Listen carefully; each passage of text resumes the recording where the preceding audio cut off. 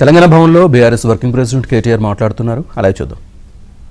భరోసా విషయంలో రేవంత్ రెడ్డి చేస్తున్న మోసాన్ని ప్రతి రైతుకు అర్థమయ్యే విధంగా అరటి పండు ఒలిచి నోట్లో పెట్టినంత మంచి సులువుగా ఇంటింటికి గల్లి గల్లికి గడప గడపకు పోయి రైతులకు జరుగుతున్న మోసం చెప్పాలి. ఎట్లా రేవంత్ రెడ్డి ప్రభుత్వం ఒక్కొక్క ఎకరానికి 17,500 రూపాయలు రైతులకు బాకీ ఉన్నదో బరాబర్ చెప్పాలి. 2 సార్లు అసలు రేవంత్ రెడ్డి ప్రభుత్వం వచ్చిన తర్వాత ₹1 కూడా రైతు బంధు ఇయ్యలే, ఒక్క పైసా కూడా ఇయ్యలే. అది వరకు హరీష్ రావు గారు ఫైనాన్స్ మినిస్టర్గా మొత్తం మనం పైసా కూడబెట్టి ఎన్నికలకు ముందు రైతు బంధు ఇద్దామని చెప్పి 7,600 మనం ఖజానాలో పెడితే ఉత్తరం రాసి ఆపిండు రేవంత్ రెడ్డి. ఎలక్షన్ కమిషన్ కు ఉత్తరం రాసిండు, రైతు బంధు ఇస్తే ఓట్లు ప్రభావితం అయితే ఇయ్యద్దు అని. అప్పుడు ఎలక్షన్ కమిషన్ ఆపింది.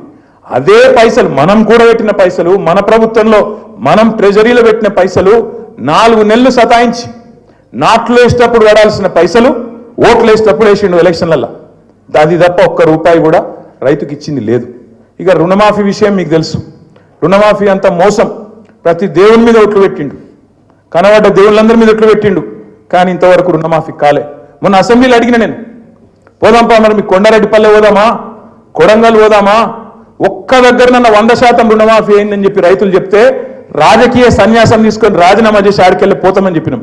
కానీ కుయ్యలేదు కయ్యలేదు. ఎందుకంటే ఆయనకు కూడా తెలుసు, పోని పాపం ఆ పార్టీలకు అబద్ధాలు చెప్పుట్లా ట్రైనింగ్ అన్న చక్కగా ఇచ్చినట్టు అది కూడా ఇవ్వలేదు.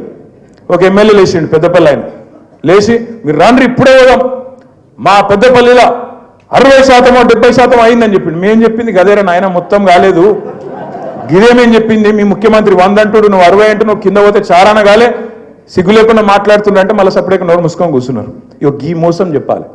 రుణమాఫీ ఏమైంది, రైతు భరోసా ఏమైంది, కౌలు రైతులను కలవరిచ్చిండప్పుడు. కౌలు రైతులు 22 లక్షల మందికి ఉత్తరం రాస్తున్నా, కేసీఆర్ ఇస్తలేడు మీకు, నేను ఇస్తా అన్నావు, ఏమైంది అని అడగాలి. ఇది మర్చిపోని కేసు.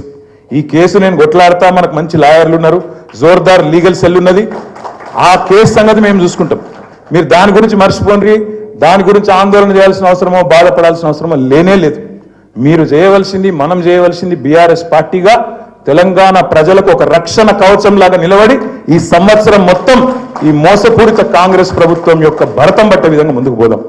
కౌలు రైతుల గురించి మాట్లాడదాం, రైతు కూలీల గురించి మాట్లాడదాం, రైతన్నలకు జరుగుతున్న మోసం, రైతు భరోసా విషయంలో 15,000 అని చెప్పి వరంగల్లో రైతు డిక్లరేషన్ అని చెప్పి నువ్వు చెప్తే నమ్ముతలేరని చెప్పి రాహుల్ గాంధీని తీసుకొచ్చి, ప్రియాంక గాంధీని తీసుకొచ్చి వాళ్ళ నోటంబడి కూడా అబద్ధాలు చెప్పించి ఇవాళ గొంతు కోసినావు కదా రైతులది.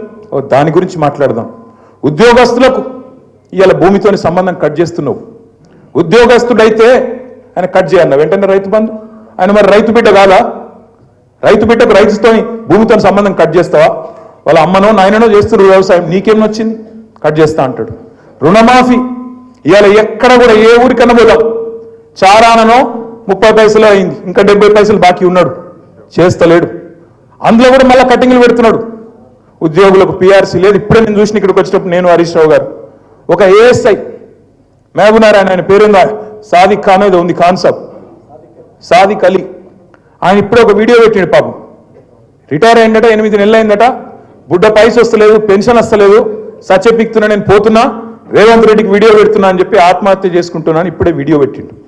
ఒక ఇట్లాంటి పరిస్థితి అది. ఇలా పెన్షనర్ల పరిస్థితి గది, ఉద్యోగుల పరిస్థితి గిది. మళ్ళా ఇవాళ ఇవన్నీ ఉండగానట మీదికెళ్ళి ఒక్క అమలు చేసింది లేదు ఒక్క హామీ. ఇప్పుడు హరీష్ రావు గారు ఒక మంచి మాట చెప్పినారు, అప్పులు అని తప్పుడు కూతలు కూర్చుండు. ఒక గది చెప్దాం. అప్పుల పేరిట చేసిన తప్పుడు ప్రచారం ఆనాడు మేడిగడ్డకు పర్రె పడ్డది అన్నాడు. మేడిగడ్డకు పర్రె, నేను మొన్న చెప్పినా మళ్ళీ చెప్తున్నా, మేడిగడ్డ ఈరోజు ఒక పెద్ద భూకంపం వస్తే కూడా తట్టుకొని బ్రహ్మాండంగా నిలబడ్డది. 28 లక్షల క్యూసెక్కుల వరద వస్తే కూడా తట్టుకొని నిలబడ్డది. ఇవాళ పడ్డది పర్రె మేడిగడ్డకు కాదు, నీ పుర్రెకు పడ్డది. నీకు బుద్ధి లేదు, నీకు ప్రభుత్వం నడుపుడు చేతనైతే లేదు, దాన్ని రిపేర్ చేసి యాసంగికి నీళ్ళు ఇచ్చే తెలివి లేదు. దాని మీద మాట్లాడదాం. యాసంగి పంటకు రైతులకు చివరికి అటు కిందికి కోదాడకు, సూర్యాపేటకు, తుంగతుర్తికి, మా డోర్నకల్కు అక్కడికి నీళ్ళు వస్తలేవన్న మాట గది మాట్లాడదాం. అంతేగాని ఈ కేసు, దీని గురించి ఏందో ఆందోళన, దీని గురించి ఇబ్బంది ఏమీ లేదు. బ్రహ్మాండంగా కొట్లాడదాం, సుప్రీంకోర్టుకు పోదాం, ఇంకో కోర్టుకు పోదాం. మనం తప్పు చేయలేదు. తప్పు చేయనప్పుడు ఎవ్వరికి భయపడే అవసరం లేదు. బరాబర్ న్యాయ పోరాటం చేద్దాం. హైదరాబాద్ ప్రతిష్ట పెంచడానికి తెలంగాణ ప్రతిష్ట అంతర్జాతీయంగా ఇనుమడింపజేయడానికి ప్రయత్నం చేసినాం తప్ప ఒక రూపాయో అరపైసనో ఇందులో అవినీతి లేనే లేదు. కాబట్టి ఎవ్వరు ఏమన్నా మీరు పట్టించుకునే అక్కర్లేదు. మనం చేయాల్సిన పోరాటం రైతుల గురించి, 4000 పెన్షన్ల కోసం ఎదురు చూస్తున్న అవ్వ తాతల గురించి, అదేవిధంగా తులం బంగారం ఇస్తానని చెప్తే నమ్మి ఓటేసిన ఆడబిడ్డల కోసం, అదేవిధంగా 2500 మహాలక్ష్మి అని చెప్తే కొంతమంది తల్లులు ఎవరైతే మోసపోయినారో వాళ్ళ గురించి మాట్లాడదాం. ఈ సంవత్సరం మొత్తం ఆ పని చేద్దాం. తప్పకుండా కేసీఆర్ గారు చాలా స్పష్టమైన ఆలోచనతో ఉన్నారు. ఈ సంవత్సరం మనం కొత్త కమిటీలు కూడా వేసుకోవాల్సిన అవసరం ఉంది. సభ్యత్వ నమోదు, కొత్త కమిటీలు, బూత్ కమిటీ నుంచి మొదలు పెడితే గ్రామ కమిటీ, వార్డు కమిటీ, మండల కమిటీ, పట్టణ కమిటీ, జిల్లా కమిటీ, నియోజకవర్గ కమిటీ, అదేవిధంగా రాష్ట్ర కమిటీతో పాటు కొత్త అధ్యక్షుని కూడా ఈ సంవత్సరమే మనం ఎంపిక చేసుకోవాల్సి ఉంది. ఆ పని చేద్దాం. కార్యకర్తలకు శిక్షణ శిబిరాలు పెట్టుకుందాం. ఇప్పటిదాకా ఇంతమంది నాయకులు మాట్లాడిన మాటల్లో అన్ని విషయాలు అందరికి తెలియకపోవచ్చు. ఇదే కార్యక్రమాన్ని ప్రతి జిల్లాకు పోదాం. 32 జిల్లాల్లో పార్టీ ఆఫీసులు ఉన్నాయి, వాటిని యాక్టివేట్ చేద్దాం. మీరు హైదరాబాద్కి వచ్చుడు కాదు, మేమే మీ కాడికి వస్తాం. జిల్లాలోనే శిక్షణ కార్యక్రమాలు పెట్టుకుందాం బ్రహ్మాండంగా, అందరం కూడా కలిసి కట్టుగా. హరీష్ రావు గారు ఒక గొప్ప మాట చెప్పినారు. ఏమన్నారు? ఇది ఒక కుటుంబం, 60 లక్షల కుటుంబ సభ్యులున్న కుటుంబం బీఆర్ఎస్ పార్టీ. కాబట్టి ఒకరికి కష్టం వచ్చినా అందరం కూడా, ఒక కాకికి కష్టం వస్తే 10 కాకులు ఎట్లా చేస్తే వాళ్తాయో అట్లే 60 లక్షల మంది కుటుంబ సభ్యులున్న ఈ పార్టీని ఒకరికొకరం అండగా ఉంటూ కాపాడుకుందాం. తెలంగాణ ప్రయోజనాల కోసం, మన కోసం కాదు, తెలంగాణ బాగుండాలని కోరుకునే పార్టీ, తెలంగాణ కోసమే పుట్టిన పార్టీ, తెలంగాణ ప్రయోజనాలే పరమావిధిగా పనిచేసే పార్టీ. ఇవాళ ఉన్న ముఖ్యమంత్రి గారికి తెలంగాణలో ఇబ్బంది అనిపిస్తుందట. ఆయనకు ఉమ్మడి రాష్ట్రంలోనే బాగుండే, తెలంగాణలో బాగలేదు అని ముఖ్యమంత్రికి అనిపిస్తుందట. ఇది మన కర్మ.